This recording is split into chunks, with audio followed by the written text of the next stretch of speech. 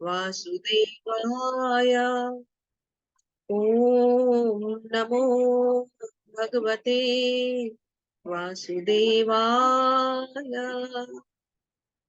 ओम अज्ञानतिमिरान्धस्य ज्ञानाञ्जनशलाकया चक्षुरुन्मिलितं येन तस्मै श्रीगुरुवे नमः। श्रीचैतन्यमनोभीष्टं स्थापितं येन भूतले स्वयं रूपः कदा मह्यं ददाति स्वपदान्तिकम्। वन्देऽहं श्रीगुरुः श्रीयुतपदकमलं श्रीगुरून् वैष्णवांश्च श्रीरूपं साग्रजातं सहगण रघुनाथान्वितं तं सजीवम् साद्वैतं सावधूतं परिजनसहितं कृष्ण चैतन्य देवं श्री राधा कृष्ण पादान सहगण ललिता श्री विशाखान्वितांश्च। हे कृष्ण करुणा सिंधु दीन बंधु जगतपते गोपेश गोपिका कांत श्री राधा कांत नमस्तुते। तप्त कांचन गौरांगी श्री राधे वृंदावनेश्वरी वृषभानुसुते देवी प्रणमामि हरिप्रिये। वाञ्छाकल्पतरुभ्यश्च कृपा सिन्धुभ्य एव च पतितानां पावनेभ्यो वैष्णवेभ्यो नमो नमः। जय श्री कृष्ण चैतन्य प्रभु नित्यानंद श्री अद्वैत गदाधर श्रीवासादि गौर भक्त वृंदा। हरे कृष्णा कृष्ण कृष्ण हरे हरे हरे राम राम राम हरे हरे। नमो विष्णुपादाय कृष्ण पृष्ठाय भूतले श्रीमते भक्ति वेदांत स्वामिनीति नामिने। नमस्ते सारस्वते देवे गौरवाणी प्रचारिणे निर्विशेष शून्यवादी पाश्चात्य देश तारिणे।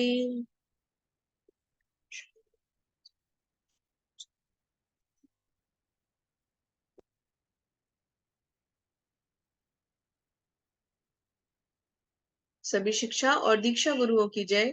जगत गुरु श्रील प्रभुपाद महाराज की जय। हरे कृष्णा। आप सभी को दंडवत प्रणाम और आप सभी का स्वागत है आज के इस 7वें सत्र में, जिसमें कि हम भगवत गीता का 7वां अध्याय पढ़ेंगे। तो इससे पहले कि हम शुरुआत करें, आइए हम अब तक के 6 चैप्टर्स का रिकैप करते हैं। तो पहला अध्याय कुरुक्षेत्र के युद्ध क्षेत्र में सैन्य निरीक्षण। अर्जुन के रथ को भगवान बीच में लेके जाते हैं, लेकिन अर्जुन युद्ध करने से मना कर देते हैं अपने 5 कारण देते हुए कि उनको अपने शत्रुओं पर दया आ रही है, कि उनका वध करने से उन्हें पाप लगेगा, कि वो असमंजस में है कि उनका युद्ध उनसे कैसे लड़े, कि वो जो है उनके कुल की परंपराएं जो है वो नष्ट हो जाएंगी, और 5वां क्या था, उनको कोई आनंद नहीं आएगा। ये 5 कारण देते हुए अर्जुन युद्ध करने से मना कर देते हैं। शोकाकुल होके वो रथ के पीछे बैठ जाते हैं और अपना गांडी छोड़ देते हैं। दूसरा अध्याय गीता का सार, जिसमें भगवान अर्जुन को बताते हैं कि आत्मा और शरीर का अंतर क्या है, कि अगर वो अपने स्वजनों की हत्या करते भी हैं तो इसमें उन्हें कोई पाप नहीं लगेगा, क्योंकि ये तो सब पहले ही से निर्धारित है, और आत्मा का तो कोई हनन नहीं होने वाला। यदि वे जीतेंगे तो पृथ्वी का राज्य भोगेंगे, और यदि हारेंगे अर्थात मृत्यु को प्राप्त होंगे, वीरगति को प्राप्त होंगे, तो स्वर्ग का भोग करेंगे। तीसरा अध्याय, चौथा अध्याय, 5वां अध्याय, भगवान ने कर्म योग के प्रति हमें सारी बातें समझाई कि कर्म क्या है, भगवान की प्राप्ति के 3 मार्ग कौन से हैं, कर्म योग, ज्ञान योग और भक्ति योग। कर्म योग को सिखाते हुए भगवान ने हमें कर्मों का विवरण भी दिया, कितने प्रकार के कर्म होते हैं, कर्म, अकर्म और विकर्म। हमें कौन से कर्म करने चाहिए। एक भक्त होने के नाते हमें कर्मों, विकर्मों, अकर्मों का इतना ज्ञान हो या ना हो, हमें एक ज्ञान होना चाहिए कि हमें सारे कर्म कृष्ण कर भावनामित कर्म करने हैं। अर्थात जो भी कार्य कर रहे हैं, जो भी कार्य हमें अपने कर्तव्य समझकर संपन्न करने हैं, उनके सेंटर में हमेशा कृष्णा होने चाहिए। ठीक है। उसके बाद कल हमने 6ठा अध्याय पढ़ा, जो भगवत गीता के 3 भागों में से पहले भाग को अर्थात 1 से 6 को, जो हमारा कर्म योग का भाग है, उसे पूरा करता है। कल हमने ध्यान योग सीखा। ध्यान योग में हमने 8 प्रकार के पार्ट्स सीखे और सबसे ज्यादा बल दिया गया अष्टांग योग पे। अब आगे चलते हैं।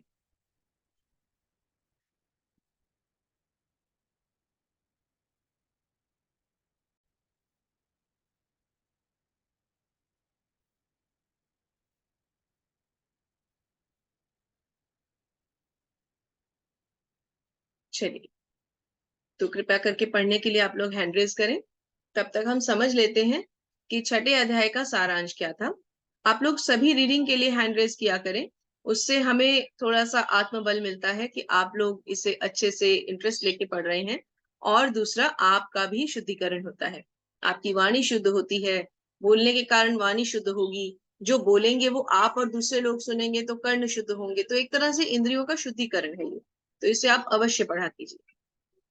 चलिए, तो हमने क्या सीखा? 6.1 से 9 में अष्टांग योग में आगे बढ़ना, 10 से 32 में अष्टांग योग के अभ्यास के चरण, 33 से 36 में मन पर नियंत्रण कैसे रखें। कैसे रखें मन पे नियंत्रण? मन को भगवान की सेवा में लगा दें। यदि मन को हम भगवान की सेवा में लगा देंगे तो मन भी नियंत्रित हो जाएगा। फिर असफल योगी का गंतव्य, दो प्रकार के हमने कल गंतव्य सीखे थे। पहला, कि यदि छोटे काल तक कोई बहुत ही छोटे से काल के लिए अगर कोई भक्ति में आया हो और उसका पतन हो जाए तो क्या होगा? उसको किसी अमीर या अच्छे कुल में, संस्कारी कुल में जन्म मिलेगा जहां वो भक्ति मार्ग पर चल पाएगा। और यदि कोई लंबे दीर्घ काल तक भक्ति में रहकर उसका पतन हो जाए या उसकी भक्ति कंप्लीट ना हो पाए तो क्या होगा? तो फिर उसे किसी भक्त या किसी वैष्णव के घर जन्म मिलेगा, जैसे कि प्रभुपाद को मिला। फिर भक्ति योग सर्वोच्च योग, अर्थात जो भी तरह के योग हमने पढ़े या सीखे आत्म साक्षात्कार के लिए या कह सके कि भगवत प्राप्ति के लिए, उनमें से सर्वोच्च है भक्ति योग। क्यों? क्योंकि बाकी अन्य योग भक्ति योग तक पहुंचने के मार्ग हैं, जैसे कि कर्म योग, ज्ञान योग, ध्यान योग, ये सभी भक्ति योग को अटेन करने के उनके स्टेप्स हैं, है ना।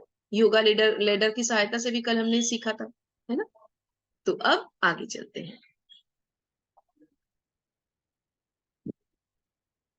तो आज का जो हमारा अध्याय है उसे हम ज्ञान विज्ञान योग के नाम से जानते हैं, और ये भगवत ज्ञान है। तो ये 7वां और 8वां अध्याय भगवत ज्ञान और भगवत प्राप्ति, अर्थात भगवान का ज्ञान विज्ञान क्या है और भगवान को प्राप्त करने का, मनुष्य आत्म साक्षात्कार करेगा तब तो भगवत प्राप्ति होगी ना। तो पहले उसे आत्म साक्षात्कार करना पड़ेगा, अर्थात अपने भगवान के साथ अपने संबंध को समझना पड़ेगा। क्या समझना पड़ेगा? कि वो भगवान से अपना संबंध विच्छेदन करके गलती से अपनी भूल के कारण, अपनी स्वतंत्रता मनाने के कारण इस धराधाम पे आ गया है, लेकिन ये उसका गंतव्य नहीं है। अब उसे क्या करना है? अपने कर्तव्यों को पूरा करना है और भगवान के लिए अपने कर्मों को केंद्रित करना है। और क्या करना है? अपने कर्मों के फलों के प्रति उसे आसक्त नहीं होना है। जितना हो सके कर्म के फलों से दूर रहे, लेकिन कर्मों को नहीं त्यागना है ना। आगे चलते हैं, अध्याय की शुरुआत करते हैं। श्री भगवान उवाच, मय्यासक्तमना पार्थ, योगं युज्यन्मात्मदाश्रयः, असंशयं समग्रं मां यथा ज्ञास्यसि तृच्छृणु। श्री भगवान ने कहा, हे पृथा पुत्र। अब हमने शुरू में ही एक चीज डिस्कस की थी कि भगवान और अर्जुन के बहुत सुंदर सुंदर नाम यहाँ आएंगे। तो अर्जुन को पृथा पुत्र क्यों कह रहे हैं भगवान? क्योंकि अर्जुन किसके पुत्र थे? कुंती महारानी के। कुंती महारानी का एक नाम पृथा भी था, क्योंकि वो पृथ्वी से पृथा शब्द बना है ना। तो उन्हें पृथा पुत्र भी कहा जाता है। अब सुनो कि तुम किस तरह से मेरी भावना से पूर्ण होकर और मन को मुझ में आसक्त करके योगाभ्यास करते हुए मुझे पूर्णतया संशय रहित जान सकते हैं। क्या कह रहे हैं भगवान? कि तुम किस तरह से भावना से पूर्ण होकर। तो पहली बात, भावना अर्थात श्रद्धा से पूर्ण होकर। दूसरी बात, मन को मुझ में आसक्त करके। तो अभी तक हम भौतिक आसक्तियों के बारे में बात कर रहे थे। अब भौतिक आसक्ति को छोड़ के मन को कहाँ लगाना है? भगवान में लगाना है, भगवान के प्रति आसक्त करना है। और फिर ये करते हुए जब योगाभ्यास करेंगे, जैसे कि आप इन योगी की अवस्था देखिए, ये वही अवस्था है जो कल हमने सीखी थी। किस तरह से, पहले इनका पोस्चर देखिए, मृग चर्म के ऊपर बैठे हुए हैं, ये बिल्कुल सीधा पोस्चर है। इनका सिर और उदर बिल्कुल एक लाइन में आ रहे हैं। उसके अलावा आंखों को जो है ये नाक के नोक पे केंद्रित कर रहे हैं और पूर्णतया ध्यान मग्न है। और इनके हृदय में ऑलरेडी ये भगवान का वास कर चुके हैं, मतलब हृदय में ऑलरेडी भगवान को स्थिर कर चुके हैं, है ना। तो यही वो अवस्था है जिसे पूर्ण योगाभ्यास अवस्था कहा जाता है। तात्पर्य श्रील प्रभुपाद के द्वारा, श्रील प्रभुपाद की जय। भगवत गीता के 7वें अध्याय में कृष्ण भावनामृत की प्रकृति का विशद वर्णन हुआ है। कृष्ण समस्त ऐश्वर्यों से पूर्ण है और वे इन्हें किस प्रकार प्रकट करते हैं इसका भी वर्णन हुआ है। तो 7वें अध्याय में हमें क्या सीखने को मिलेगा? कृष्ण भावनामृत की प्रकृति और भगवान के ऐश्वर्य भी हम सीखेंगे कि भगवान में क्या क्या ऐश्वर्य। इसके अतिरिक्त इस अध्याय में इसका भी वर्णन है कि 4 प्रकार के भाग्यशाली व्यक्ति कृष्ण के प्रति आसक्त होते हैं और 4 प्रकार के व्यक्ति कभी भी भगवान की शरण में नहीं आते। ये बहुत ही बढ़िया टॉपिक है, आपको इसमें बहुत इंटरेस्ट आएगा। भगवत प्राप्ति और भगवत ज्ञान, ये दोनों ही चैप्टर 7वां और 8वां, आपको बहुत इंटरेस्ट आने वाला है। तो अब आपको इसमें क्या समझने को मिलेगा कि ऐसा कौन सा व्यक्ति होता है जो भगवान की शरण में आता है और ऐसा कौन सा होता है जो नहीं आता। और हम आपको विश्वास दिला रहे हैं और आपसे शर्त भी लगा रहे हैं, एक बेट कर रहे हैं कि जब ये चारों कैटेगरीज आप सुनेंगे ना, तो सबसे पहले अपने अंदर एनालिसिस करेंगे कि अच्छा मैं कौन सी कैटेगरी में फॉल करता हूँ, क्या इस कैटेगरी में या उस कैटेगरी में। तो जब आप इसको पढ़ेंगे तो आपको बहुत आनंद आएगा। ओके, अब क्या कहते हैं भगवान? अब मैं तुमसे पूर्ण रूप से व्यवहारिक और दिव्य ज्ञान कहूंगा और इसे जानने के लिए, तो इसको जानने के बाद और कुछ भी शेष नहीं रह जाएगा। तो भगवान अर्जुन को ये विश्वास दिला रहे हैं कि अब जो ज्ञान भगवान देने जा रहे हैं उसके अलावा फिर कोई और ज्ञान नहीं, क्योंकि अब भगवान अपना स्वयं का भगवत ज्ञान देने जा रहे हैं। मनुष्याणाम सहस्रेषु कश्चित् यत्तति सिद्धये यततामपि सिद्धानाम कश्चिन् माम वेत्ति तत्वतः। विशाल प्रभु जी अनम्यूट करें।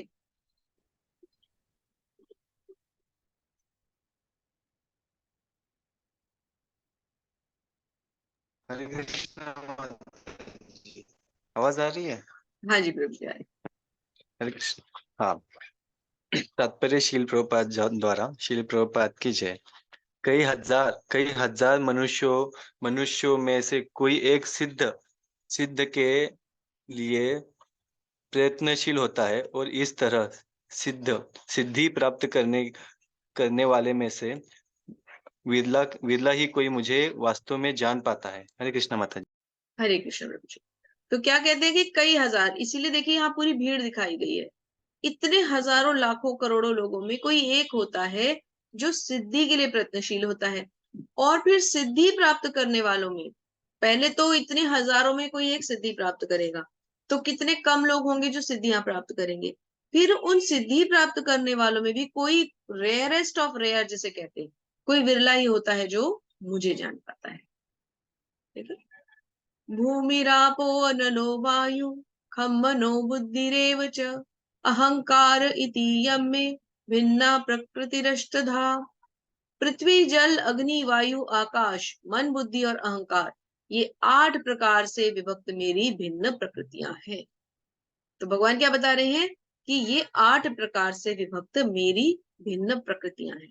भगवान की प्रकृतियों का अब हम वर्णन सुनने जा रहे हैं। तो ये तो आपने पंच तत्व सुना है, पृथ्वी जल अग्नि आकाश वायु और मन बुद्धि और अहंकार।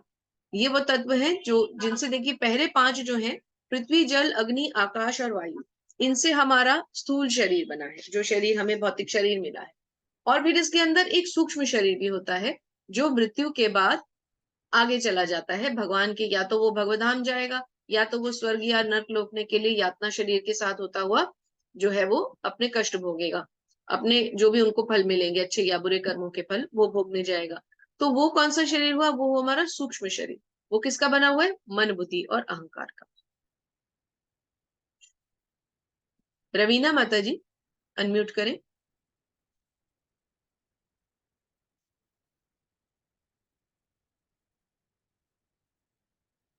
रवीना माता जी अनम्यूट करें। हरे कृष्ण माता जी। हे महाबाहु अर्जुन, इनके अतिरिक्त मेरी एक अन्य पराशक्ति है जो उन जीवों से युक्त है जो इस भौतिक अपरा प्रकृति के साधनों का विदोहन कर रहे हैं। हरे कृष्ण माता जी। हरे कृष्ण। तो क्या बता रहे हैं? अर्जुन को भगवान कह रहे हैं कि इनके अतिरिक्त मेरी एक अन्य पराशक्ति है जो उन जीवों से युक्त है जो इस भौतिक अपराशक्ति के साधनों का विदोहन कर रहे हैं। तो आपको 2 चीजें समझ में आती हैं यहाँ पर। क्या? भगवान की 2 प्रकार की शक्तियां हैं। एक्चुअली हम तीसरी शक्ति के बारे में भी पढ़ेंगे। 3 प्रकार की शक्तियां हैं भगवान की। कौन सी? परा, अपरा और तटस्थता। 3 प्रकार की भगवान की शक्तियां होती हैं। अब हमें क्या समझना है, पराशक्ति कौन सी है? देखिए आप पीछे इस चित्र पर ध्यान दें, जो चित्र दिखाया गया है। तो भगवान की 3 प्रकार की शक्तियां कौन सी? परा, अपरा और तटस्था। तो पराशक्ति हुई भौतिक शक्ति। अब आपको पीछे सृष्टि दिखाई दे रही है, इसमें जानवर भी हैं, मनुष्य भी हैं, देवता भी हैं, सब दिखाई दे रहा है आपको, है ना? जल, पहाड़ सब दिखाई दे रहा है। पूरी सृष्टि का एक छोटा सा चित्र दिया गया है। तो पराशक्ति कौन सी हुई? भगवान की भौतिक शक्ति। भौतिक शक्ति जिसमें आपकी सृष्टि आती है। अपराशक्ति कौन सी हुई? भगवान की इंटरनल शक्ति, जो भगवान की अपनी पर्सनल शक्ति है, जैसे कि श्रीमती राधा रानी, जो भगवान की अपनी शक्ति है ना? और तीसरी हुई तटस्थता। तटस्थता क्या हुई? जो दोनों के सेंटर में आ गई, मतलब वो तट पे खड़ा है, इधर भी जा सकता है, इधर जाएगा तो भौतिक में जाएगा, और उधर जाएगा तो आध्यात्मिक में जाएगा। तो हमें क्या समझने की जरूरत है कि भगवान की ये जो परा और अपरा शक्ति है, ये तो हो गई एक भौतिक शक्ति और एक आध्यात्मिक शक्ति। और फिर जो भगवान की तटस्थता शक्ति है, उसमें कौन आ गया? उसमें आ गया जीव। जीव मतलब हम लोग, जो मनुष्य है। अब वो कहाँ पे खड़ा हुआ है? जीव कहाँ पे खड़ा है? केवल मनुष्य नहीं, जीव मतलब जीव, जीव तो बाकी भी है ना। तो वो कहाँ पे खड़ा है? या तो अध्यात्म में जाएगा, या तो कहाँ जाएगा? भौतिक में जाएगा। तो क्योंकि वो या अध्यात्म में जा सकता है और या भौतिक में जा सकता है, तो उसका जो एक समझ लीजिए उसकी स्थिति है, वो एक ऐसे जलचर की तरह है, जैसे कि एक ऐसा जलचर है जो कि पानी के तट पे खड़ा है, पानी में भी जा सकता है और रेत पे भी आ सकता है। तो ऐसी होती है जीव की स्थिति। वो अपने को अच्छा सुधार करेगा तो भगवान की तरफ जाना चाहेगा, तो आध्यात्म में जाएगा, और अगर वो भौतिकता में पड़ गया तो भौतिकता में चला जाएगा। तो क्योंकि वो तट पे खड़ा हुआ है एक तरह से, इसलिए उसे तटस्थता शक्ति के अंतर्गत माना जाता है।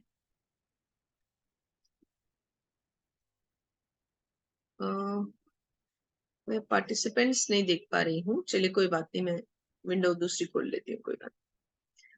ओके, वंदना माता जी अनम्यूट करें।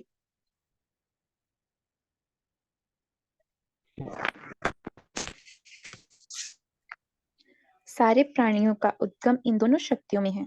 इस जगत में जो कुछ भी भौतिक तथा आध्यात्मिक है, उसकी उत्पत्ति तथा प्रलय मुझे ही जानो। हरे कृष्णा। हरे कृष्णा। क्या कहते हैं भगवान? सारे प्राणियों का उद्गम इन दोनों शक्तियों में है। इस जगत में जो भी भौतिक या आध्यात्मिक है, मतलब चाहे इस जगत में कुछ भौतिक हो या आध्यात्मिक हो, उसकी उत्पत्ति और प्रलय मुझे ही जानो। क्या अर्थ हुआ? हर चीज का उद्गम कौन है? स्वयं श्री भगवान। भगवान के अलावा कोई भी स्रोत नहीं है। भगवान सभी कारणों के कारण है, सभी स्रोतों के स्रोत हैं, सभी उद्गमों के उद्गम है ना?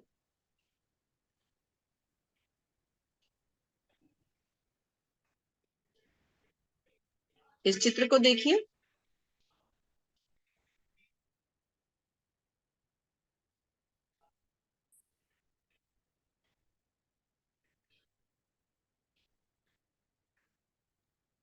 देखिए क्या बताया जा रहा है इसमें।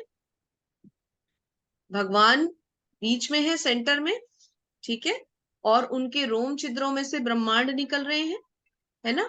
और ध्यान से देखिए, हर ब्रह्मांड के अंदर आपको सेम भगवान का एक रूप देखने को मिल रहा है। कैसे? सभी ये जो आप राउंड्स देख रहे हैं, ये राउंड्स जो है ये ब्रह्मांड है। ऐसा ही एक ब्रह्मांड हमारा है, ऐसे कई ब्रह्मांड है। देखिए कितने छोटे छोटे राउंड्स है। जैसे पसीने की बूंदें शरीर से निकलती है ना, ऐसे भगवान के रोम छिद्रों से ब्रह्मांड निकलते हैं। और क्या दिखाया गया है? हर ब्रह्मांड में एक विष्णु है। आप आगे पढ़ेंगे कि भगवान के जो 3 रूप हैं, महाविष्णु, गर्भोदक्षाई विष्णु और क्षीरोदक्षाई विष्णु। तो ये जो हर ब्रह्मांड के अंदर एक विष्णु रूप जा रहे हैं, ये गर्भोदक्षाई विष्णु होते हैं। और क्षीरोदक्षाई विष्णु कौन हुए? जो हर जीव के अंदर परमात्मा रूप में हर एक के हृदय में स्थित होते हैं। ठीक है, समझ में आया? आगे चलते हैं। हे धनंजय, मुझसे श्रेष्ठ कोई सत्य नहीं है। जिस प्रकार मोती धागे में गुंदे रहते हैं, उसी प्रकार सब कुछ मुझ पे आश्रित रहता है। तो जैसे कई सारे मोती होंगे, तो उनको आश्रित करने वाला कौन होता है? धागा होता है ना, तभी तो मोती बंधते हैं। इसी तरह से भगवान कहते हैं कि मुझसे स्वतंत्र कोई नहीं है, हर चीज मेरे ऊपर आश्रित है।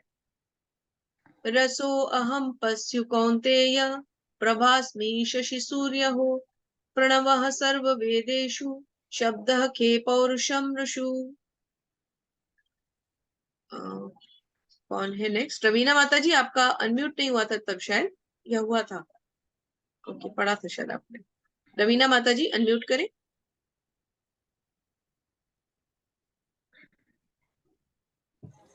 हरे कृष्णा माता जी। हरे कृष्ण।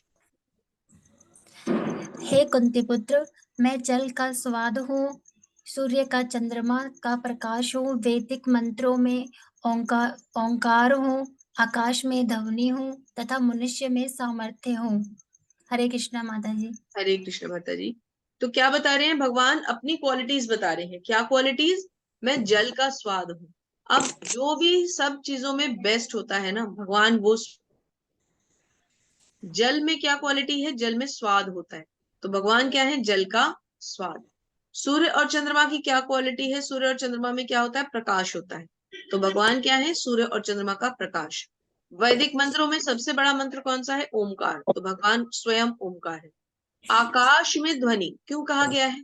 ध्वनि ट्रैवल करती है ना आकाश में।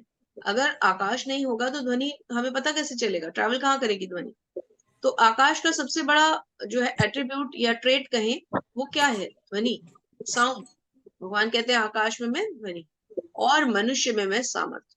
मनुष्य किस काम का, अगर उसके अंदर कुछ काम करने की कैपेसिटी ही ना हो, तो भगवान हर चीज में उस चीज का मेन एट्रीब्यूट है, उस चीज का मेन ट्रेट है। आइए इसे चार्ट की तरह से समझते हैं। तो विशाल प्रभु जी, आप एक एक लक्षण पढ़ते जाएं और उसके आगे उसका एट्रीब्यूट पढ़ते जाएं। जैसे उल्टा पढ़िएगा इसे, जैसे जल में स्वाद, चांद सूरज में रोशनी, वैदिक मंत्र में ओम, ऐसे पढ़िएगा। तुम बोल रहे इसके लिए गांड उठी। विशाल प्रभु जी अनम्यूट करें। अनम्यूट का ऑप्शन ही नहीं आ रहा था माता जी। ओके माता जी, समझ गया। पानी स्वाद, चांद सूरज रोशनी, वैदिक मंत्र ओम, क्या है? इथर ध्वनि, आदमी योक्ता, पृथ्वी सुगंध, आग तपिश, ऑल दैट लिव्स जिंदगी, सभी सभी तपस्वी तपस्या, सभी अस्तित्व, मूल बीज, बुद्धि बुद्धिमान बुद्धि, सभी शक्तिशाली पुरुष कौशल्य, द स्ट्रॉन्ग डिवाइड, हाँ divide of passion and desire शक्ति, धार्मिक सिद्धांतों के विपरीत नहीं, क्या है ये? Sex life. हरे कृष्णा माता जी। हरे कृष्ण प्रभु जी। तो क्या बताया जा रहा है कि भगवान क्या है? सभी चीजों का बेस्ट पॉसिबल ट्रेट। जैसे पानी का स्वाद, चंद्रमा और सूरज की रोशनी, वैदिक मंत्रों में ओमकार, ईथर मतलब आकाश को बोलते हैं ईथर, आकाश में ध्वनि, मनुष्य में सामर्थ्य, पृथ्वी में सुगंध। अब पृथ्वी में सुगंध हमने क्यों कहा? देखिए, कहीं भी आप अगर पृथ्वी की बात करें, जिस पृथ्वी पर अन्न उगता है वहां सुगंध होती है, जिस पृथ्वी पर मिट्टी होती है तो मिट्टी में सुगंध होती है। तो पृथ्वी अगर नहीं होगी तो सुगंध कौन देगा? फूल आएंगे तो उनकी सुगंध होगी, तो वो भी तो पृथ्वी से ही उग रहा है ना सब कुछ। तो पृथ्वी में सुगंध। और हाँ, आग में, अग्नि में तपिश। अग्नि में क्या है? गर्मी होती है, तपिश। ऑल दैट लाइव्स इज जिंदगी, मतलब जीवन। जो भी जीव है उसकी जीवन शक्ति, जीव की जीवन शक्ति। तपस्वियों की तपस्या, अस्तित्व का मूल बीज, बुद्धिमानों की बुद्धि। अब कोई बुद्धिमान कैसे होगा जैसे उसमें बुद्धि नहीं होगी? तो बुद्धिमान का सबसे बड़ा ट्रेट क्या है? उसकी बुद्धि। भगवान किसी भी बुद्धिमान की बुद्धि है। फिर सभी शक्तिशाली पुरुषों में उनका कौशल। जो शक्तिशाली पुरुष है उसका जो कौशल मतलब उसकी योग्यता, उसका सबसे बड़ा कौशल क्या है? उसकी जैसे शक्तिशाल, उसकी उसकी शक्ति कह सकते हैं, है ना? स्ट्रॉन्ग डिजायर में शक्ति, वही नेक्स्ट में आ गया वो। धार्मिक सिद्धांतों के विपरीत नहीं जाना। क्या? किसी भी यौन जीवन में हमें धार्मिक सिद्धांतों के विपरीत नहीं जाना। जो भी हमारा धर्म है, हमारा धर्म क्या कहता है? सनातन धर्म कि पति और केवल अपनी पत्नी के साथ ही दोनों के आपसी संबंध होने चाहिए। कोई भी अवैध संबंध जो है शास्त्रों के विपरीत होता है। तो अब आप खुद ही सोचिए, आप सब यूथ हैं, आज आपके माता पिता हैं, क्या आपको ये बात अच्छी लगेगी कि आपके पिता का बाहर आपकी माता के अलावा किसी से संबंध हो? नहीं। और क्या ये अच्छा लगेगा कि आपकी माता का आपके पिता के अलावा बाहर किसी से संबंध हो? बिल्कुल नहीं। तो जब आप अपने माता पिता के लिए ये स्वीकार नहीं कर सकते, तो फिर कल को अपने लिए ये स्वीकार कैसे कर सकते हैं कि आपका भी अपनी पत्नी या अपने पति के अलावा अन्य संबंध हो? नहीं कर सकते ना। इसी से समझिए कि क्या भगवत गीता हमें क्या ज्ञान दे रही है कि हमें धार्मिक सिद्धांतों के अनुकूल और धार्मिक सिद्धांतों के अनुसार ही अपने गृहस्थ या यौन जीवन को नियंत्रित अर्थात कंट्रोल रखना चाहिए। तो भगवान क्या कहते हैं? भगवान भी इस काम इच्छा में धार्मिक सिद्धांतों के साथ है, उसके अगेंस्ट बिल्कुल नहीं। Okay, yes. कविता घोष माता जी पढ़िए। हरे कृष्णा माता जी, हरे कृष्णा हरे प्रभु, कृष्णा, हरे कृष्णा। दंडवत प्रणाम। तुम जान लो कि मेरी शक्ति द्वारा सारे गुण प्रकट होते हैं, चाहे वे सतोगुण हो, रजोगुण हो या तमोगुण हो। एक प्रकार से मैं सब कुछ हूँ, किंतु हूँ स्वतंत्र। मैं प्रकृति के गुणों के अधीन नहीं हूँ, अपितु वे मेरे अधीन है। हरे कृष्णा। हरे कृष्णा तो जी। भगवान क्या कहते हैं कि मैं किसी के अधीन नहीं हूँ, मैं प्रकृति के गुणों के अधीन भी नहीं हूँ, उल्टा वो मेरे अधीन। तो कई लोग जो ये समझते हैं या ये जानने की या ये बताने की कोशिश करते हैं कि भगवान भी किसी के, क्योंकि वो एक मनुष्य के रूप में आए थे तो वो अधीन थे किसी भी चीज के, किसी भी शक्ति के। नहीं, भगवान किसी के भी अधीन नहीं है, स्वयं भगवान ने कहा है। ठीक है, देखिए यहाँ पर प्रकृति के 3 गुण दिखाए गए हैं इस पिक्चर में, समझिए। आपको फिर से बताते हैं। देखिए 3 तरह के ऊपर आपको देवियां नजर आ रही हैं। एक तरह से समझ लीजिए कि ये माया देवी के 3 रूप हैं। एक तमोगुण है, एक रजोगुण है, एक सतोगुण है। लेकिन इन तीनों को, अब ये क्या है, ये धागों की तरह मनुष्य को ऐसे नचा रही है तीनों, है ना। जो गुण 3 दिखाए गए हैं, मनुष्य देखिए बंधा हुआ है प्रकृति के 3 गुणों से। पिक्चर के द्वारा हमें समझ में आ रहा है। और ये तीनों किसके कंट्रोल में कार्य कर रही है? ऊपर कौन है? कृष्ण। क्या कहते हैं भगवान? तीनों गुणों में, सतो रजो और तमो के द्वारा मोहग्रस्त ये सारा संसार मुझ गुणातीत तथा अविनाशी को नहीं जानता। गुणातीत मतलब जो गुणों से परे। तो भगवान गुणों से भी ऊपर है, क्योंकि भगवान गुणों से स्वतंत्र है। भगवान किसी गुण के बंधन में नहीं बंधते। देखिए और पिक्चर्स आई हैं, कैसे स्टेप बाय स्टेप आप देखिए। ऊपर जो सीढ़ियां चढ़ के लोग जा रहे हैं, ऊपर सबसे ऊपर गोलोक धाम में भगवान और श्रीमती राधा रानी है, और नीचे कैसे लोग सीढ़ियों में लुढ़कते पुढ़कते कुछ चढ़ रहे हैं, कुछ गिर रहे हैं। है ना। चलिए अब ये देखिए, बहुत सुंदर चित्र है, इसे ध्यान से देखिए। क्या हो रहा है? एक भव बंधन दिखाया गया है, भव सागर जो है उसमें जीव फंसा हुआ है, और भगवान स्वयं अपने भक्त की रक्षा करने, देखिए कैसे गरुड़ देव पर सवार होकर भगवान अपने भक्त की रक्षा करने आए हुए। तो श्लोक क्या कहता है? बहुत इंपॉर्टेंट श्लोक है ये, 7.14। दैवी योषा गुणमयी मम माया दुरत्यया मामेव ये प्रपद्यन्ते माया मेताम तरन्ति ते। क्या कहते हैं, आइए समझते हैं। वंदना माता जी अनम्यूट करें।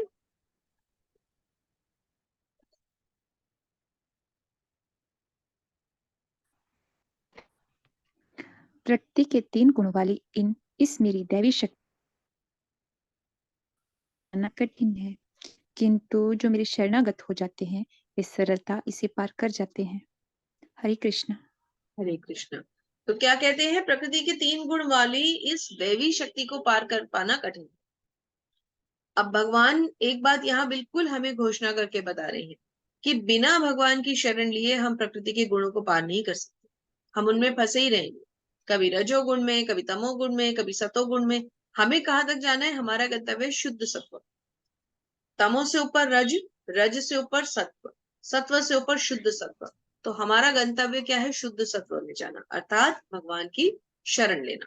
तो जो भगवान की शरण लेते हैं वो प्रकृति के गुणों को फिर पार कर जाते हैं। उन्हें फिर ऐसे ही भवसागर से बचाने भगवान स्वयं आते हैं। नमाम दुष्कृतिनो मूढ़ा प्रपद्यन्ते नराधमाः माययापहृतज्ञान आसुरं भावमाश्रिताः। जो निपट मूर्ख हैं, मनुष्यों में अधम है, जिनका ज्ञान माया द्वारा हर लिया गया है, और असुरों की नास्तिक प्रवृत्ति को धारण करने वाले, ऐसे दुष्ट मेरी शरण में नहीं आते। अब 4 प्रकार की कैटेगरीज जो भगवान की शरण में नहीं आती है, आप बिल्कुल एकाग्रचित्त होकर इसको समझिए। 4 वो कैटेगरीज बताई जाएंगी, भगवान बताएंगे जो उनकी शरण में जाते हैं, और 4 वो हैं जो उनकी शरण में नहीं जाते। नहीं जानते। तो आप इसको नोट भी करें और याद भी रखें। पहले हम पढ़ते हैं वो 4 जो उनकी शरण में नहीं जाते। तो पहली कैटेगरी जो मूर्ख है, दूसरी कैटेगरी जो मनुष्यों में अधम है, अधम मतलब गिरा हुआ, जो गिरे हुए हैं। तीसरी कैटेगरी जिनका ज्ञान माया के द्वारा हर लिया गया है, जैसे मायावादी होते हैं, निर्विशेषवादी होते हैं, जो उनको ज्ञान है लेकिन वो अपने ज्ञान के ऊपर एक अंधकार का आवरण बना के रखते हैं, उनका ज्ञान माया द्वारा ढका हुआ है। और चौथा जो असुर यानी नास्तिक प्रवृत्ति के लोग। तो 4 लोग जो भगवान की शरण में नहीं जाते, मूर्ख, फिर अधम, फिर जिनका ज्ञान माया द्वारा हर लिया गया है, और चौथा नास्तिक। ये आपको याद रहना चाहिए, इस पे क्वेश्चंस भी आएंगे। देखिए चित्र में भी दिखाई जा रहे हैं। 4 वो हैं जो आते हैं, 4 वो हैं जो नहीं आते। चित्रों के द्वारा आप इन्हें सीख सकते हैं, समझ सकते हैं। माताजी मैं पढ़ूं? हाँ जी, श्लोक मैं पढ़ूं? हाँ जी, हाँ जी, बढ़िए। चतुर्विधा भजन्ते मां जना शुकुत्तिनो अर्जुन आर्तो जिज्ञासुर आर्थ आर्थर्थी ज्ञानी च भरतशर्भ।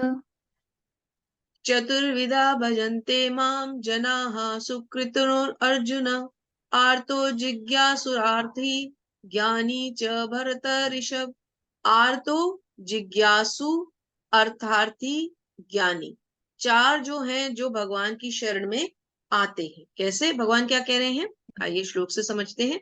भगवान कह रहे हैं चतुर्विधा भजन्ते मां, 4 प्रकार के पुण्यात्मा मेरी सेवा करते हैं। मां जना सुकृतिनो अर्जुन, अर्जुन को क्या कह रहे हैं, 4 लोग जो मेरी शरण में आते हैं। कौन से? आर्त, जिज्ञासु, अर्थार्थी और ज्ञानी। अब ये 4 कौन कौन से होते हैं, आइए नीचे समझते हैं इसको। जी माता जी पढ़िए। इस लोगों की 4 श्रेणियां हैं। वे जो पीड़ित हैं, वे जिन्हें धन की आवश्यकता है, वे जिन्हें जिज्ञासा है, और वे जिन्हें परम सत्य का ज्ञान है। ये सारे लोग विभिन्न परिस्थितियों में परमेश्वर की भक्ति करते रहते हैं। शुद्ध भक्ति निष्काम होती है और उसमें किसी लाभ की आकांक्षा नहीं रहती। हरे कृष्णा। हरे कृष्ण। तो 4 कैटेगरीज कौन सी हुई, आइए समझते हैं। हमने क्या क्या पढ़ी? आर्त, अर्थार्थी, जिज्ञासु और ज्ञानी। आर्त कौन हुए? जो पीड़ित हैं, है ना, जो पीड़ित हुए, मतलब जिनको कोई दुख है, दुख के कारण हम लोग जाते हैं ना। देखिए 90% लोग वही होते हैं जिनको कोई दुख हुआ और वो भगवान की शरण में चले गए कि अरे मेरा ये काम नहीं बना, मुझे ये दुख है, मुझे डिप्रेशन है, भगवान की शरण ले लेते हैं। दूसरे हुए अर्थार्थी, अर्थ मतलब फाइनेंस, तो अर्थ से बना अर्थार्थी, मतलब जिसकी आर्थिक व्यवस्था अच्छी ना हो, आर्थिक स्थिति जिसकी खराब हो, है ना। तीसरा क्या हुआ? जिज्ञासु। जिज्ञासु कौन है? जिसे भगवान को जानने की इच्छा है। और चौथा क्या हुआ? ज्ञानी, जो भगवान को जान चुके हैं। तो इसीलिए इन चारों कैटेगरीज को बताते हैं। जो पीड़ित हैं, जिन्हें धन की आवश्यकता है, जिन्हें जिज्ञासा है, और जिन्हें परम सत्य का ज्ञान है, ये लोग विभिन्न परिस्थितियों में भी भगवान की भक्ति करते हैं। देखिए अब आपको यहाँ इससे डायग्राम से समझ में आएगा। एक मिनट, मुझे थोड़ा सा स्क्रीन क्लियर करना पड़ता है। देखिए पहले दिखाया है गजेंद्र है, ये एक हाथी है जिसका पांव मगरमच्छ ने दबा रखा है, और ये भगवान को एक कमल का पुष्प अर्पित कर रहा है। मतलब जब इसको पीड़ा हुई, तो ये कौन सी कैटेगरी हुई, अब आप लोग बताएं अनम्यूट करके। पहली कैटेगरी क्या थी? जो पीड़ित है। तो गजेंद्र को क्या हो रही है? उसको परेशानी हो रही है, तो भगवान को याद कर रहा है ना। तो पहली कैटेगरी क्या है? आर्त। तो गजेंद्र किसका एग्जाम्पल हुआ? आर्त का। ठीक है। दूसरी में कौन है? द्रौपदी महारानी है। वस्त्रहरण हो रहा है, तो किस कारण से जा रही हैं? इनको क्या हो रहा है? कष्ट हो रहा है, पीड़ा हो रही है ना? इस समय ना तो ये ज्ञान में है, ना तो ये जिज्ञासा कर रही है, ना इन्हें धन की कमी है। तो कौन सी कैटेगरी हुई? आर्त। हरे कृष्ण माता जी। हाँ बराबर, सही है सही है। ऐसे एक एक करके, दो दो करके, अब तीसरी कैटेगरी में जो दिखाई गई हैं, इनको धन की अभिलाषा है, तो ये भगवान की शरण ले रही हैं, क्योंकि एक झोपड़ी के अंदर बैठे हैं ये लोग। तो ये कौन से हुए?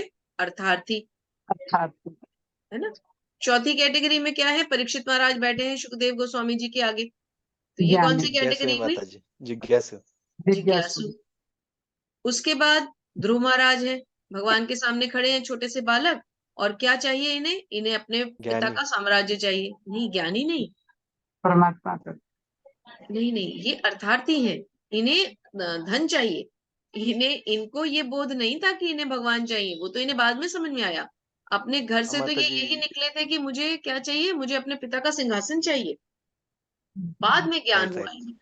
हाँ माता जी, उनकी माता जी ने कहा था ना, आपको कहाँ मिलेंगे, तो भगवान की तपस्या करो, आपको वो हाँ सब दे देंगे। हाँ, हाँ तो हाँ। वो इसलिए आए थे। बाद में भक्त बने वो, और फिर इतने बड़े भक्त बने कि भगवान ने उन्हें पूरा ध्रुवलोक ही सौंप दिया। फिर नेक्स्ट कौन है?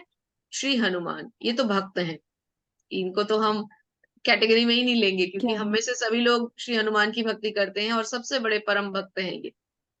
तो इन्हें तो आप ज्ञानी मानिए, इन्हें तो ज्ञान है, ये तो अपने भगवान को जानते हैं कि मेरे भगवान मेरे सामने आ गए, है ना? और नैमिषारण्य, नैमिषारण्य क्या है? नैमिषारण्य में बैठ के हम श्रीमद् भागवतम का जहां पर पाठ हुआ, किसने किया? सुखदेव गोस्वामी जी ने, सॉरी, सूत गोस्वामी जी ने अपने बहुत सारे ऋषि मुनियों की सभा में दोहराया था। उस वन को कहा गया नैमिषारण्य। तो वहां पर जितने लोग बैठे हैं वो कौन है? सभी जिज्ञासु। ठीक है, चलिए आगे चलते हैं। श्रीमती राधा रानी और भगवान के दर्शन कीजिए, उनके चरण कमलों पे फोकस कीजिए।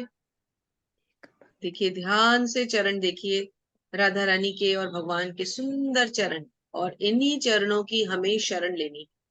भगवान के चरणों को कभी नहीं भूलना चाहिए, और जब भी मौका मिले भगवान के चरणों का दर्शन जरूर करना चाहिए। तो लोग कैसे लाइन बनाकर देखिए खड़े हुए हैं, हम भी तो इसी कैटेगरी में हैं, भगवान के दर्शनों के लिए लाइन में खड़े हैं। तेषाम ज्ञानी नित्य नित्य, कौन पढ़ना चाह रहा था? पहले आप पढ़ लीजिए, फिर हम दोबारा पढ़ देंगे। कोई पढ़ना चाह रहे थे? कविता माता जी थी? कौन थी? जी वंदना माता जी थी। हरे कृष्ण पढ़ रही हूँ।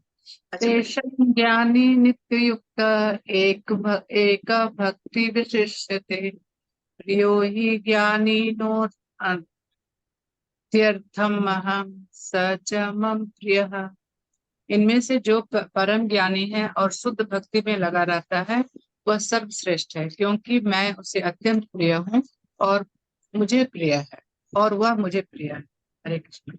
हरे कृष्ण। अब यहाँ पर एक बहुत सुंदर प्रश्न का उत्तर मिला, कौन भगवान को प्रिय है और किसको भगवान प्रिय है? तो भगवान कहते हैं कि इनमें से जो परम ज्ञानी है, चार कैटेगरीज कौन सी हैं? आर्त, अर्थार्थी, जिज्ञासु और ज्ञानी। भगवान कहते हैं मुझे ज्ञानी सबसे अधिक प्रिय है। क्यों? क्योंकि मैं उसे सबसे ज्यादा प्रिय हूँ। ज्ञानी कौन होगा? जो शुद्ध भक्ति कर रहा है। शुद्ध भक्ति करने से क्या होगा? मनुष्य कल्मशों से और किसी भी प्रकार के कल्मशों से और कलेशों से दूर होगा, वो केवल भक्ति में स्थिर होगा ना। तो भगवान कहते हैं वो मुझे सबसे प्रिय है जो ज्ञानी। क्यों? क्योंकि ज्ञानी तो भगवान को पहले से ही साध चुका है ना? बहुनाम जन्म नामन्ते ज्ञानवान मां प्रपद्यते वासुदेवः सर्वमिति स महात्मा सुदुर्लभः। अब भगवान महात्मा के बारे में बता रहे हैं, समझते हैं। विशाल प्रभु जी अनम्यूट करें। हरे कृष्ण माता जी। हरे कृष्ण। अनेक जन्म जन्मांतर के बाद जिसे सचमुच ज्ञान होता है, वह मुझको समस्त कारणों का कारण जानकर मेरी शरण में आता है। ऐसा महात्मा अत्यंत दुर्लभ होता है। हरे कृष्ण माता जी। हरे कृष्ण। तो क्या कहते हैं, कौन सा महात्मा दुर्लभ है? जो अनेक जन्म जन्मांतरों के बाद सचमुच जिसको ज्ञान हो जाता है, वो भगवान को समस्त कारणों का कारण मान के उनकी शरण में चला जाता है। और ऐसा महात्मा दुर्लभ होता है, मतलब ऐसा महात्मा रेयरेस्ट ऑफ रेयर होता है जो भगवान की शरण ले, कब? पूर्ण ज्ञान को समझ लेने के पश्चात। रवीना माता जी अनम्यूट करें।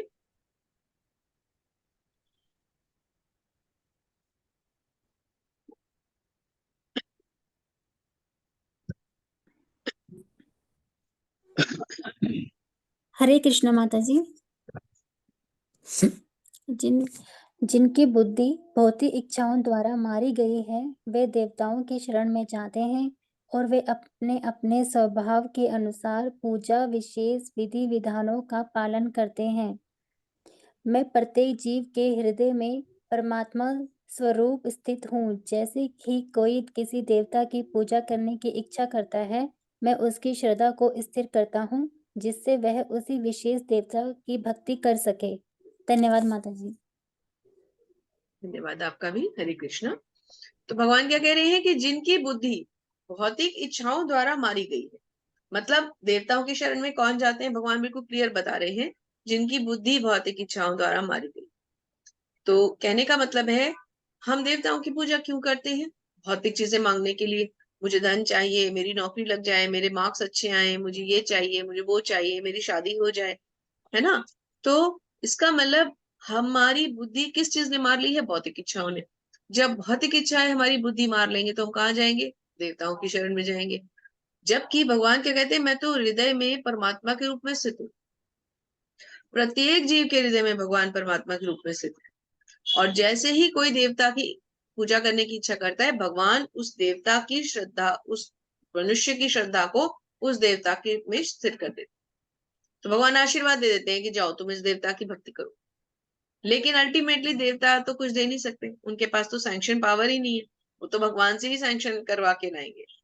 तो यही यहाँ चित्र के द्वारा बताया भी गया है। देखिए, जो बड़े बड़े देवी देवताओं के आगे लोग नतमस्तक हो रहे हैं, उससे कोई फायदा नहीं। देवता भी अपने आप में स्वतंत्र नहीं है, देवता भी जीव है। वो भी उनका उनका लंबे भले हो उनका काल, लेकिन उन्हें भी एक दिन समाप्त होना है। जैसे ब्रह्मा जी की आयु देखी ना हमने, अब देखिए यहाँ भगवान क्षीर सागर में बैठे हैं और सब देवी देवता किस तरह से उनकी पूजा में लगे। तो जिन देवी देवताओं से हम सब कुछ मांगते हैं ना, वे स्वयं भी भगवान के दास हैं। इवन शिव जी को भी दिखाया गया है।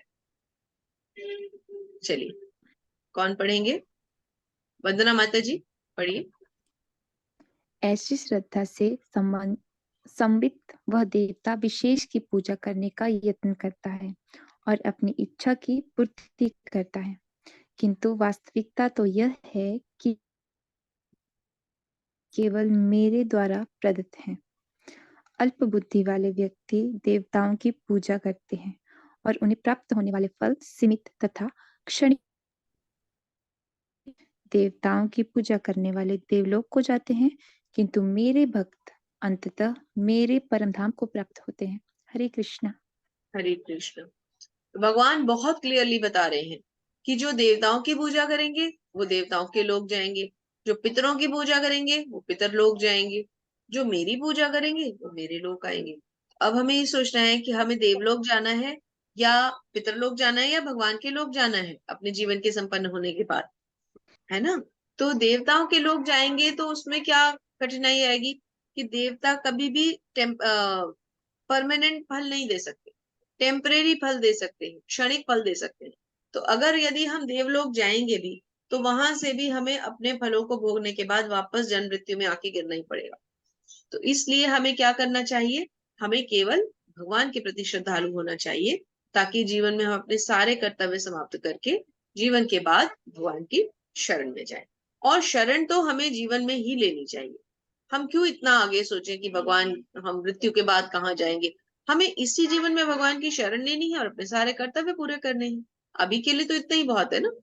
हमें क्यों वो दूसरी चीजें सोचनी है कि हम कहाँ जाएंगे, क्या है क्या नहीं है, वो बाद में सोचेंगे। उसके लिए हमें चिंतन करना पड़ता है। अभी तो हमें ये समझना है कि हमारा कर्तव्य क्या है और कर्तव्य नहीं छोड़ना है, कर्तव्य पूरा करना ही करना है ना? विशाल प्रभु जी पढ़िए। हरे कृष्ण माता जी। हरे बुद्धिहीन मनुष्य मुझको ठीक से न जानने के कारण सोचते हैं कि मैं भगवान श्री कृष्ण पहले निराकार था और अब मैंने इस रूप इस रूप को धारण किया है। वे अपने अल्प ज्ञान के कारण मेरी अविनाशी तथा सर्वोच्च प्रकृति को नहीं जान पाते। धन्यवाद माता जी। धन्यवाद। हरे कृष्ण। तो भगवान क्या कह रहे हैं? बुद्धिहीन मनुष्य मुझको ठीक से ना जानने के कारण। अब बुद्धिहीन कौन होते हैं? जो ये सोचते हैं कि भगवान पहले निराकार थे, उनका कोई रूप नहीं था, फिर बाद में उन्होंने ये रूप धारण किया। ऐसा पॉसिबल है? भगवान तो भगवान है, समस्त कारणों के कारण है, सभी स्तोत्रों के स्तोत्र हैं, सभी उद्गमों के उद्गम हैं। उन्हें क्या आवश्यकता पड़ी है कोई रूप धारण करने की? वो तो केवल अपने भक्तों के साथ अपने आनंद का आदान प्रदान करने मात्र आते हैं, धर्म की रक्षा के लिए आते हैं, अधर्म के नाश के लिए आते हैं, भक्तों के रक्षा के लिए और दुष्टों के नाश के लिए आते हैं। उनका निराकार होना या बाद में जाकर आगे जाकर उनका साकार हो जाना, ये तो गलत है ना। चलिए आगे पढ़िए प्रभु जी। हरे कृष्ण माता जी। एक मिनट में झूम कर लेता हूँ। हाँ, मैं मूर्खों तथा अल्पज्ञों के लिए कभी भी प्रकट नहीं हूँ। उनके लिए तो मैं अपनी अंतरंगा शक्ति द्वारा आच्छादित रहता हूँ। अतः वे यह नहीं जान पाते कि मैं अजन्मा तथा अविनाशी हूँ। हे अर्जुन, श्री भगवान होने के नाते मैं जो कुछ भूतकाल में घटित हो चुका है, जो वर्तमान में घटित हो रहा है और जो आगे होने वाला है, वह सब कुछ जानता हूँ। मैं समस्त जीवों को भी जानता हूँ, किंतु मुझे कोई नहीं जानता। हरे कृष्ण माता जी। हरि बोल, हरे कृष्ण। मुझे कोई नहीं जानता, मैं सबको जानता हूँ। जो कुछ भी भूतकाल में हुआ, वर्तमान में हो रहा है, भविष्य में होने वाला है, भगवान कह रहे मैं वो सब जानता हूँ, मैं सब कुछ जानता हूँ, पर मुझे कोई नहीं जानता। क्यों? क्योंकि मैं मूर्खों और अल्पज्ञों के लिए प्रकट नहीं होता। मैं कब आता हूँ? मैं तो अजन्मा हूँ, अविनाशी हूँ, लेकिन फिर भी मैं ऐसा कोई जन्म नहीं लेता। भगवान कह रहे मैं प्रकट होता हूँ। कब? जब हमने 4.7 और 8 में क्या पढ़ा था? जब जब धर्म की हानि होती है, अधर्म को पुनः स्थापित करना होता है, तब तब मैं आता हूँ, कहा था ना भगवान ने। तो यहाँ उसी बात की पुष्टि कर रहे हैं कि मूर्ख और अज्ञानियों के लिए नहीं आता मैं तो अपनी अंतरंगा शक्ति द्वारा आच्छादित रहता हूँ। वो ये नहीं जान पाते। मूर्ख लोग भगवान को कभी नहीं समझ पाते, लेकिन भगवान तो सब कुछ जानते हैं।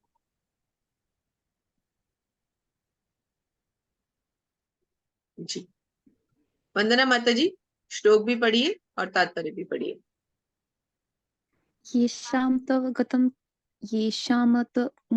गतं पापं जानानां पुण्यकर्मणां ते द्वन्द्वमोहनिर्मुक्ता भजन्ते मां दृढ़वृत्ताः। जिन मनुष्यों ने पूर्व जन्मों में तथा इस जन्म में किए हैं और जिनके पाप कर्मों तथा पूर्णतया उच्छेदन हो चुका होता है, वे मोह के द्वंद्वों से मुक्त हो जाते, संकल्प पूर्वक मेरी सेवा में तत्पर होते हैं। हरे कृष्णा। हरे कृष्ण। तो जिन मनुष्यों ने पूर्व जन्मों में और इस जन्म में पुण्य कर्म किए हैं और जिनके पाप कर्म पूर्णतया खत्म हो चुके हैं, मतलब जिनके पाप के जो कर्म थे वो भोग चुके हैं, अब वो खत्म हो चुके हैं, और इस जन्म में और पूर्व जन्म में अब जिनके पाप कर्म खत्म हो चुके हैं, मतलब जो पुण्य कर्म कर रहे हैं, वे दो मोह के द्वंद्वों से मुक्त हो जाते हैं और मेरी सेवा में लीन हो जाते हैं, मतलब वो तत्पर हो जाते हैं। तो कौन भगवान की सेवा कर सकता है? जिसके पाप कर्म खत्म हो चुके हैं। आप लोग क्या कर रहे हैं? श्रीमद् भगवद गीता पढ़ रहे हैं, तो किसकी सेवा कर रहे हैं? भगवान की सेवा कर रहे हैं, गुरु की सेवा कर रहे हैं ना, भगवान प्रभुपाद की सेवा कर रहे हैं ना। तो जब आप भगवान और अपने गुरु की सेवा कर रहे हैं, तो इसका मतलब जो लोग भी भगवद गीता पढ़ रहे हैं, ये मान के चलिए कि उनके पाप कर्म नष्ट हो चुके, वरना आप इसे पढ़ते ही नहीं। अब आप खुद देखिए, आज वर्ल्ड कप का फाइनल चल रहा है, कितने लोग हैं, करोड़ों जनता है जो इस समय अपने टीवी खोलकर या स्टेडियम्स में बैठ के या कैफेज में बैठ करके वर्ल्ड कप देख रहे हैं, है ना। लेकिन आप 10 लोग ऐसे हैं जो इस भगवत गीता का इस समय भी आनंद उठा रहे हैं। तो सोचिए आपका भाग्य कितना ऊंचा है। आपके पाप कर्म खत्म हो चुके हैं, तभी तो आप यहाँ भगवत गीता की कक्षा में बैठे हैं। जिनके पाप नष्ट हो चुके होते हैं वही भगवत गीता को हाथ लगा सकते हैं, अन्य कोई नहीं। यही बात भगवान ने यहाँ ऐलान कर भी दी है। चलिए आगे चलते हैं। साधिभूतादिदैवं मां साधियज्ञं च ये विदुः प्रयाण काले अपि च मां ते विदुर्यक्त चेतसः। कौन पढ़ेंगे? रवीना माता जी अनम्यूट करें।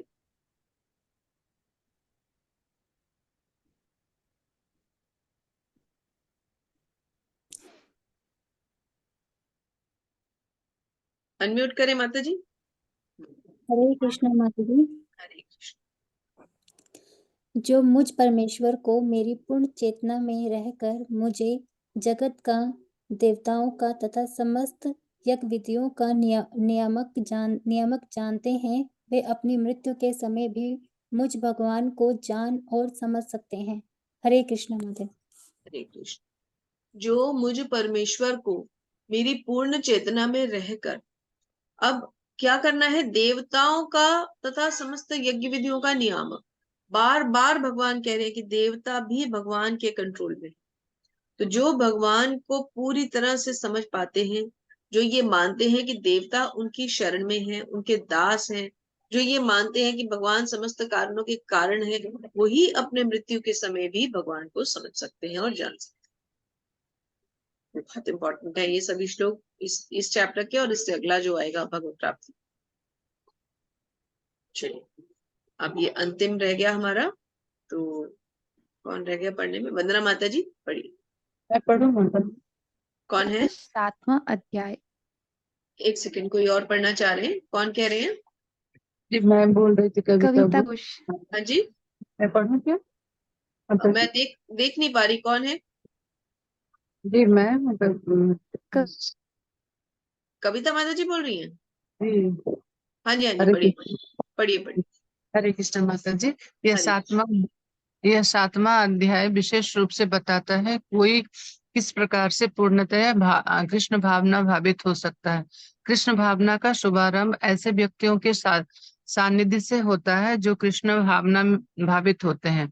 ऐसा सानिध्य आध्यात्मिक होता है और इससे मनुष्य प्रत्यक्ष भगवान के संसर्ग में आता है और भगवत कृपा से वह कृष्ण को भगवान समझ सकता है।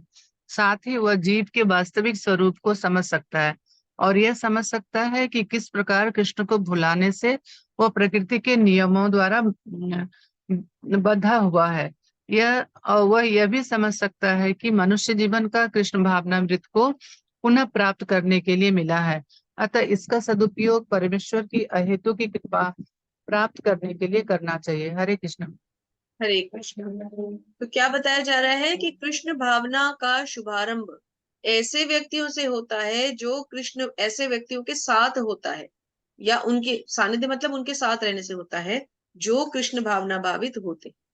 तो इसमें किसकी इंपॉर्टेंस बताई गई है? भक्तों के संग की। भक्तों के संग में रहने से क्या लाभ मिलता है कि जब आप भक्तों के संग में रहते हैं तो आपका जो सराउंडिंग है, जो एटमोस्फेयर है, जो एनवायरनमेंट है, वो पूरा कृष्णमयी हो जाता है। क्योंकि भक्त इधर उधर की बातें करेंगे ही नहीं, वो बातें करेंगे तो कृष्ण की।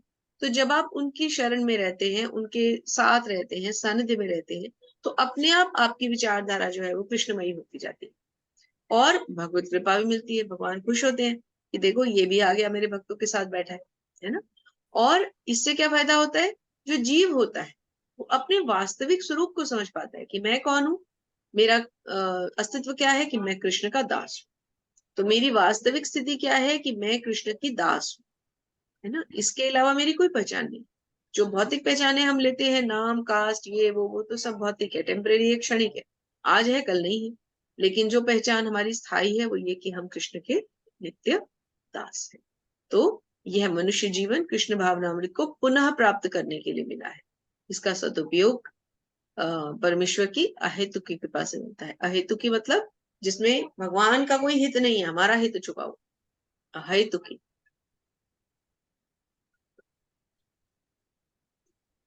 यहाँ पर हमारी ये प्रेजेंटेशन समाप्त होती है। आप देख सकते हैं इन श्लोकों में ये चीजें आपको मिलेंगी। 7.1 से 3 में भगवान के बारे में, उनके ज्ञान की महिमा। 4 to 12 में भगवान के ऊर्जाओं के ज्ञान। 13 to 19 में भगवान कृष्ण को समर्पण। 20 to 25 में डेमी गॉड मतलब भगवान देवता और उनकी पूजा। और फिर भ्रांति से भक्ति मतलब हमें किसी तरह की कोई कंफ्यूजन नहीं रखनी चाहिए, बिल्कुल एक ही उस पे चलना चाहिए, सिद्धांत पे कि भगवान ही समस्त कारणों के कारण है और हमें उन्हीं को जानना समझना है, उनके अलावा हमें और कुछ नहीं देखना। ठीक है, तो यहाँ पे हमारा आज का अध्याय भी समाप्त होता है। अब आप लोगों के कोई प्रश्न है तो आप पूछ सकते हैं। हरे कृष्ण माता जी, मेरा तो एक प्रश्न था कि वो शिरोदक्ष है और गर्भोदक्ष है के बारे में एक बार बता दीजिए, ब्रह्मोदक्ष है के बारे इसमें क्या में। रहता है माता जी, जो दो प्रकार के हमने यहाँ देखे थे चित्र में, जो जी। पहले भगवान के रोम छिद्रों से सारे जो थे ब्रह्मांड निकल रहे थे, तो जी। हर ब्रह्मांड में एक विष्णु हमने देखे। तो वो कौन से होते? गर्भोदक्षाई विष्णु। गर्भोदक्षाई विष्णु कौन है? जो हर ब्रह्मांड में जाएंगे। और क्षीरोदक्षाई कौन है? उस ब्रह्मांड के जीवों के हृदय में जो स्थित है। मेरे हृदय में भी है, आपके हृदय में भी है, तो जो हम सभी जीवों के हृदय में स्थित है वो है क्षीरोदक्षाई विष्णु। जी। और एक डेमी गॉड जो अभी देवता, बताया, देवता। देव। हरे कृष्ण। हरे कृष्ण। तो और किसी का कोई प्रश्न है?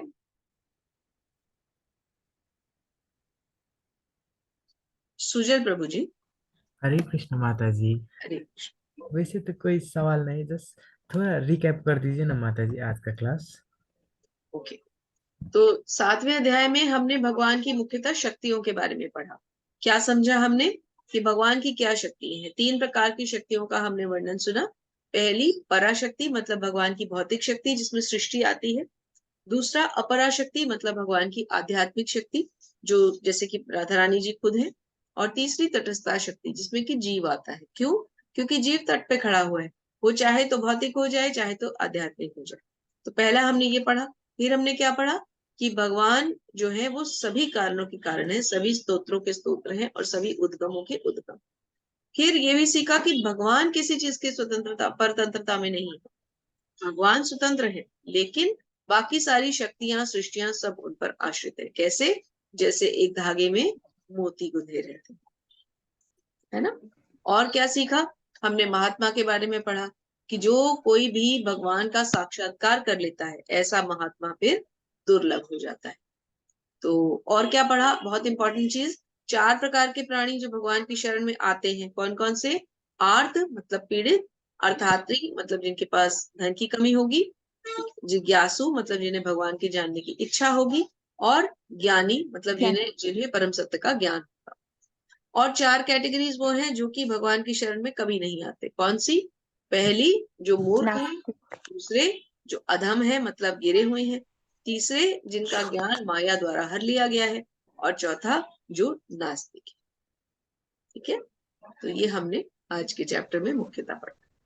धन्यवाद माता जी। हरे कृष्णा। और किसी का कोई प्रश्न?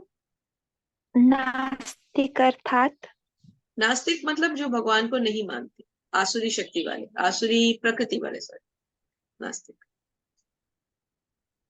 और एक आपने जो बोला था ना वो निराकार वाला, लाइक जो राधा स्वामी होते हैं ना हमारे इधर, वो कहते हैं ऐसे कि भगवान का कोई आकार नहीं होता है। जी। लाइक ओम हो गया ना, वो उसको मानते हैं हाँ, तो उसको आप तीसरी कि उनका कैटेगरी ना कोई मानेंगे। आकार नहीं है, जैसे हम मूर्ति पूजा को नहीं। हाँ, बिल्कुल सही कह रहे हैं आप। बहुत सारी कैटेगरीज हैं, जैसे राधा स्वामी हो गए, आपके ब्रह्म कुमारीज हो गए, बहुत सारे हैं। तो जो भी लोग ये कहते हैं कि भगवान का कोई आकार नहीं है, देखिए वो उनमें ज्ञान तो है, लेकिन उनका ज्ञान क्या है ना, माया द्वारा ढक दिया गया है। वो अपने ज्ञान से समझ ही नहीं पा रहे कि उनको करना क्या है। तो ऐसे लोग जिनका ज्ञान माया द्वारा ढक लिया गया है, वो भी तो एक कैटेगरी थी ना, जो भगवान की शरण में नहीं आते, है ना। हाँ, बट वो हमारे इधर कहते कि हम भगवान को मानते हैं, भगवान को तो मानते हैं, बट मूर्ति पूजा नहीं मानते। हाँ, तभी तो ये कहा गया है कि उनका ज्ञान माया द्वारा ढक लिया गया है। अगर उनका ज्ञान माया द्वारा नहीं ढका होता, तो फिर वो थोड़ी ना, फिर तो वो भगवान की शरण में आ जाते। उनको ज्ञान है, लेकिन उन्होंने क्या किया हुआ है? अपने ज्ञान को माया के द्वारा ढक लिया है। इसीलिए वो कौन सी कैटेगरी थी? अच्छा हमारी तीसरी कैटेगरी। अच्छा, जो भगवान की शरण में नहीं आते। नहीं आती। जी जी, ठीक है। हरे कृष्ण माता जी। ये आत्म हरे कृष्णा। साक्षात्कार का मीनिंग क्या है माता जी? एग्जैक्ट हाँ मीनिंग जी, आत्म साक्षात्कार का एग्जैक्ट मीनिंग।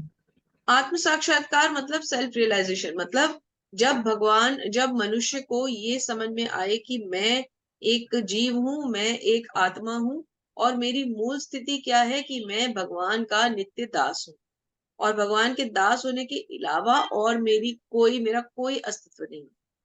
तो ये है आत्म साक्षात्कार, कि मैं अपने को समझ सकूं। मैं अपने को अगर ये समझूं कि मेरा नाम ये है, मेरे कर्म ये है, मेरा घर ये है, मेरा पति ये है, मेरे बच्चे ये हैं, तो फिर मैंने क्या समझा? मुझे ये समझना है कि मेरा भगवान के साथ संबंध शाश्वत था। मैं प्रकृति के ऊपर प्रभुत्व जताने की इच्छा से स्वतंत्र होकर इस धराधाम पे आ गई, और यहाँ आके मैं फंस गई। तो अपनी वास्तविक स्थिति को पहचानना आत्म साक्षात्कार है। धन्यवाद माताश्री। मुझे तो ऐसा लगता है कि ये 18 दिन कभी खत्म ही ना हो। बहुत अच्छा लगता है। हरि बोल, हरि बोल। मैंने लेट 18 दिन। ज्वाइन किया माता जी, पता ही नहीं था कि आप क्लास ले रही हैं, जो लिंक का पता ही नहीं चला था। तो लास्ट टाइम भी बहुत लेट ज्वाइन की थी और इस बार भी लेट हो गया। मतलब दूसरे कुछ और लिंक आ रहा था, बट ये वाला लिंक नहीं मिला था मुझे। अभी मैं ऐसे क्लिक की तो मैं देखी कि आप हैं बोल के। हाँ, हरे कृष्ण हरे माता। कृष्ण माता जी। हरे कृष्णा। हरे कृष्ण माता जी। हाँ हरे। माता जी, जैसे अभी हमने समझा कि आवाज आ रही है माता जी? हाँ जी, हाँ जी। हेलो। हाँ जी, आ हाँ रही माता, है। जैसे अभी हमने समझा कि हाँ, कि भगवान भगवान निराकार नहीं है। भगवान का मतलब मतलब ये है, आकार है उनके भी, हम मतलब हाथ पैर वगैरह है।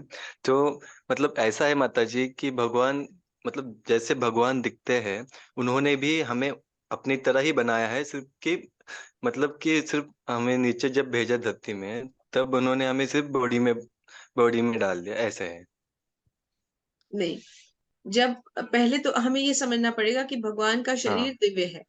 हमने उनके रूप को समझने के लिए उनका द्विभुज रूप समझा, जो हाँ हाँ। गोलोक वृंदावन में उनका रूप है वो समझा।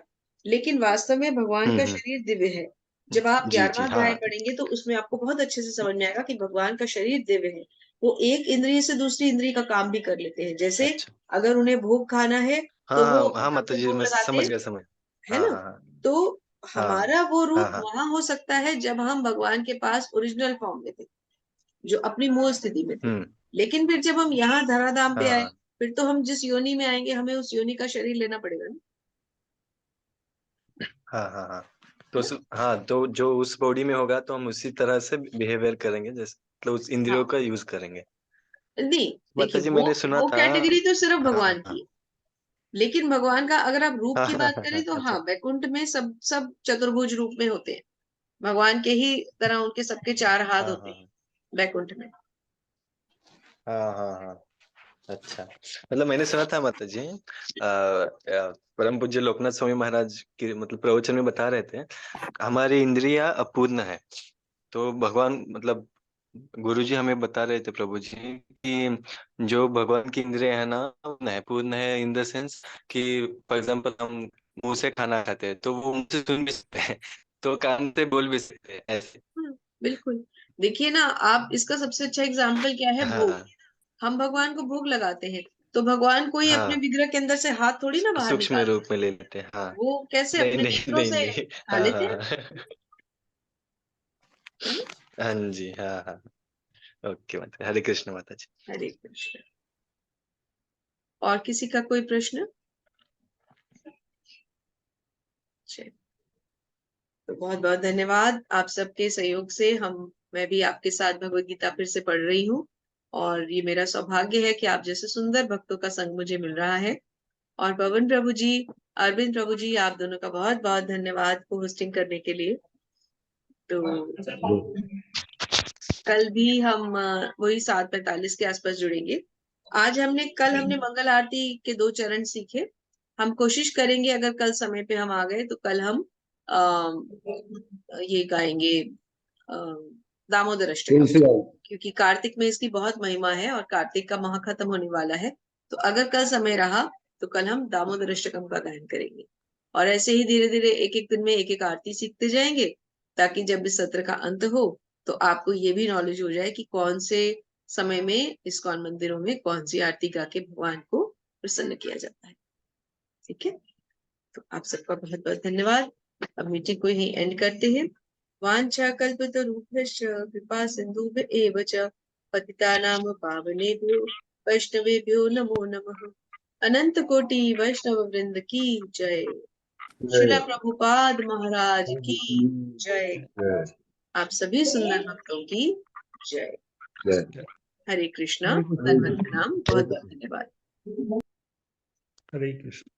हरे कृष्ण।